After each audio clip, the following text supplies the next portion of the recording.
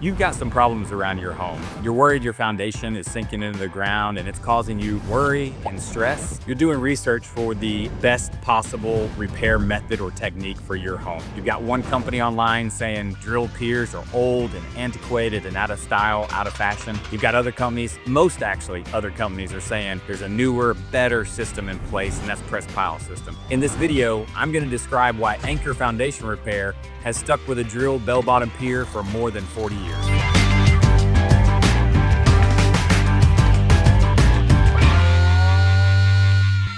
I'm Craig with Anchor Foundation Repair. I've owned this company for more than 13 years. As a matter of fact, I grew up around this company because my dad started it in 1985. When he started this company in Bryan College Station, drill bell-bottom piers were the only real method that was being used. Every company in Texas was using a drill bell-bottom pier to fix and raise and stabilize a settled home or a sinking foundation. In the mid to late 1980s, press piles became a little bit more of a fad, something that was gaining in popularity across the state of Texas. My dad, concerned with doing the best work for our homes and our homeowners in our small town, started to wonder if press piles were gonna be a better option. What he decided to do was get a report from engineers at Texas A&M University. In that report, the engineers studied the pros and the cons of both the press pile system and the drill bell-bottom pier. After the results of that report came out, my dad, without a doubt, stuck with drill bell-bottom piers, convinced it was the best way to provide long-term stability to homes in our environment. The report outlined and described the problems or the shortcomings from press piles and compared it to the stability of drill bell-bottom piers. Walk over here and I'm gonna show you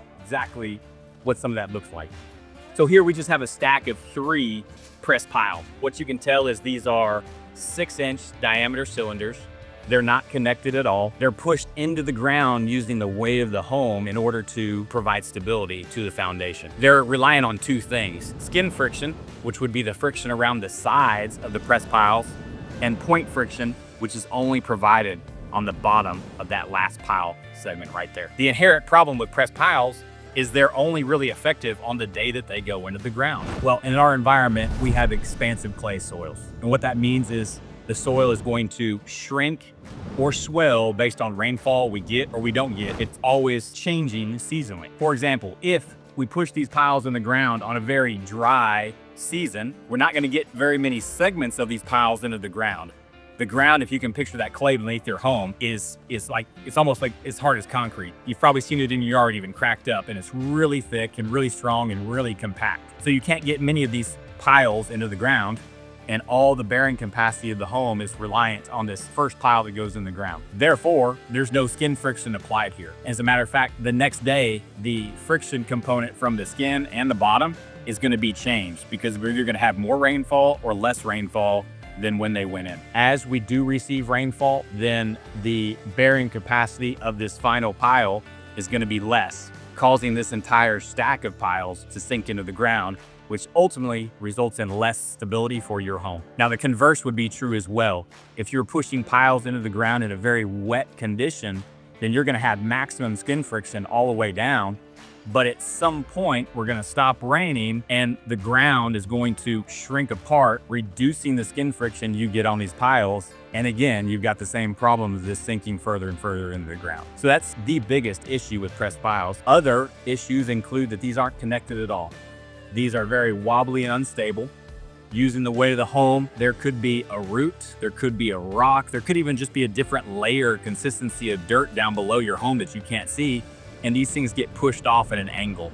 So there's no verification of the true depth of this or the straightness of these piles going into the ground. Since they're not interconnected even, the amount of friction applied from a top pile to a bottom pile will change, and these will gap, causing even more movement in that press pile, which can result in more movement or less stability to your home. So the last issue with press piles is that they're only 6 inches in diameter. There's no wider, bigger footprint down below, and there's nothing wider, fatter, or more stable up top. That again contributes to overall this just being a less stable and inferior method for foundation repair. On the other hand, we've used drill bell-bottom piers since 1985.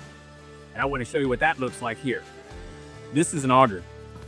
We use this auger to drill down 10 to 12 feet below your foundation. The diameter on that is 8 inches. For comparison, we've got 6 inches on a press pile. Once we've created this straight shaft for maximum stability, then we transition to a beller. You can tell the teeth extend or retract into the housing for that beller, and on the bottom of that shaft, extend out to 24 inches in diameter. That's where we get the name and create the shape, the drill bell bottom pier. We've got a nice wide, stable 24-inch platform down below. We've got it connected with an 8-inch shaft that extends up 10 to 12 feet below your home. And what I can't depict here in this video is a nice wide 2 feet by 2 feet pier cap. So we've got maximum stability, wide footprint down below, 8-inch shaft going up to another wide footprint above. When we pour that pier, pour monolithically all at the same time for strength and support.